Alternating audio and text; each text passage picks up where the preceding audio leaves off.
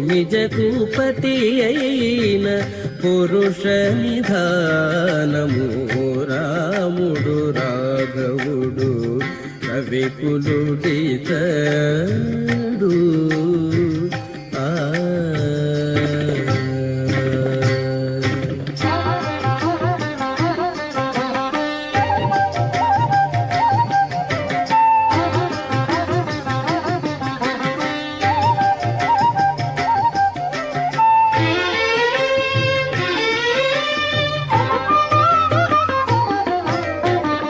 హరయపుత్ర కామేష్టియందు